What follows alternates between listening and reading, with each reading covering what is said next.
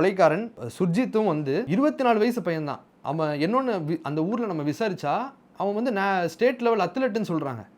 அப்போது அத்லெட்டிக்ஸில் இருக்கிறான், படிப்புலேயும் வந்து இருக்கிறான், அவனும் காலேஜுக்கு தான் போகிறான். அக்காவை பாதுகாக்க வேண்டிய கடமை ஆணான எனக்கு இருக்குது, இந்த வீட்டினுடைய ஆணுன்னு நினைக்கிறேன். அந்த ஆண் ஆதிக்க மனப்பான்மையும் சேர்ந்து வருது. அதோடைய அந்த பெண் வந்து இன்னொரு வீட்டு பையனோட காதலிக்கிறதே இவங்க என்ன பார்க்குறாங்கன்னா வெறும் புணர்தலின் அடிப்படையிலே என்னுடைய வம்சத்தினுடைய என்னுடைய சாதியினுடைய கரு வந்து இன்னொரு சாதியினுடைய கலக்கக்கூடாதுன்ற அந்த பியூரிட்டியை வந்து அவங்க வந்து மெயின்டைன் பண்ணணும்னு பார்க்குறாங்க.